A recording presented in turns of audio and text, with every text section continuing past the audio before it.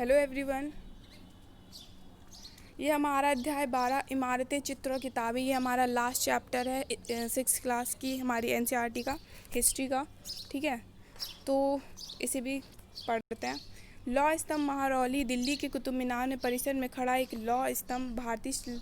तो इसमें हमें क्या पढ़ना है? हमें इसमें इमारतों के बारे में, चित्र के बारे में और किताबों के बारे में पढ़ना है। ठीक है, तो कुतुब मीनार के परिसर में खड़ा ये लौह स्तंभ भारतीय शिल्पकार की कुशलता का एक अद्भुत उदाहरण है। एक स्तंभ है जो कि दिल्ली के कुतुब मीनार के परिसर में खड़ा है। यह एक जो शिल्पकारों की कुशलता का एक अद्भुत उदाहरण है कि कितने अच्छे वहाँ के उस टाइम के जो शिल्पकार थे, कितने कुशल थे, कितने इंटेलिजेंट थे। ठीक है, उसकी ऊंचाई जो है 7.2 मीटर और वजन 3 टन से भी ज़्यादा है। इसका निर्माण लगभग 1500 साल पहले हुआ था। इसके बनने के समय की जानकारी हमें इस पर खुदे अभिलेख से मिलती है। इसमें चंद्र नाम के एक शासन का जिक्र है जो संभवतः गुप्त वंश के थे। आश्चर्य की बात यह है कि इतने वर्षों के बाद भी इसमें जंग नहीं लगा है। तो ये है लौह स्तंभ। ठीक है, इसके बारे में ऊपर बताया गया है। ईंटों और पत्थरों की इमारतें हमारे शिल्पकारों की कुशलता के ईंटों और पत्थरों की इमारतें हमारे शिल्पकारों की कुशलता के नमूने, स्तूपों जैसी कई इमारतों को देखने को मिलता है। जो ईंटें हैं और पत्थरों की इमारतें, हमें इससे पता चलता है कि शिल्पकार कितने कुशल थे। स्तूप की शाब्दिक अर्थ टोला होता है। हालांकि स्तूप विभिन्न आकार के, कभी कभी गोल और लंबे या कभी कभी छोटे बड़े हो सकते हैं। प्राय सभी स्तूपों के भीतर एक छोटा सा डिब्बा रखा जाता है। स्तूप क्या होता है कि जब कोई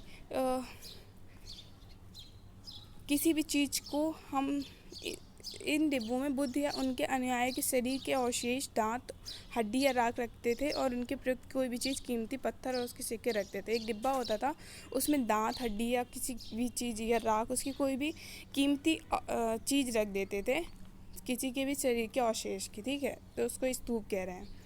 इस धातु मंजूषा कहते हैं।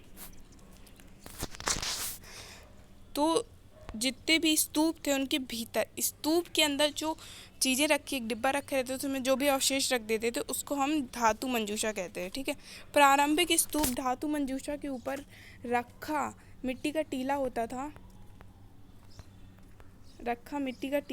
था। ठीक है, बाद में टीले को हटाकर ईंटों से ढक दिया गया। प्रायः स्तूपों के चारों परिक्रमा करने के लिए एक वृत्ताकार पथ बना दिया गया जिसे प्रदक्षिणा पथ कहते हैं।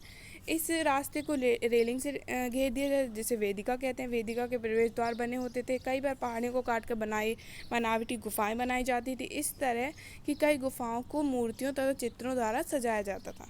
ठीक है, इस काल में कुछ आरंभिक हिंदू का भी निर्माण किया गया। इन मंदिरों में विष्णु, शिव, दुर्गा जैसे देवी देवताओं की पूजा की जाती थी। मंदिरों के सबसे महत्वपूर्ण भाग गर्भगृह होता था जहां मुख्य देवी या देवता की मूर्ति रखा जाता था। इसी स्थान पर पुरोहित धार्मिक अनुष्ठान करते थे, वे भक्ति पूजा करते थे।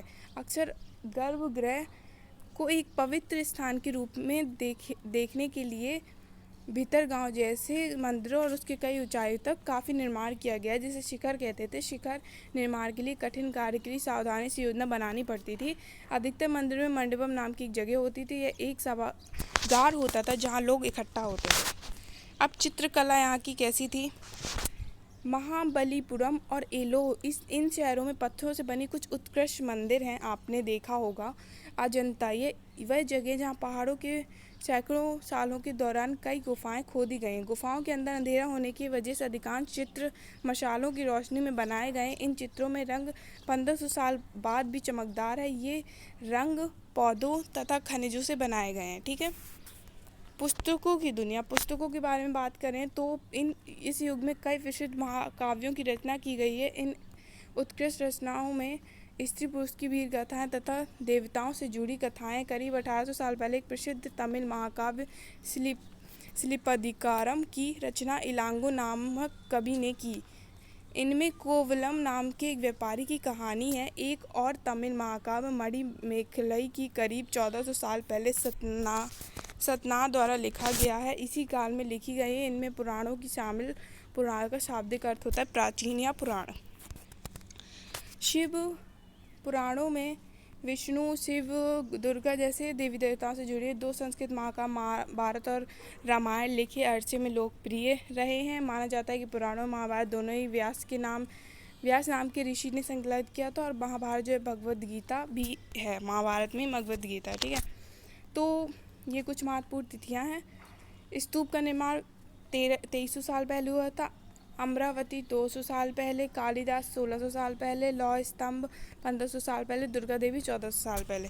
तो यहाँ पर हमारी 6th क्लास की NCERT ख़त्म होती है। आई होप आपको ये समझ आई होगी, ठीक है।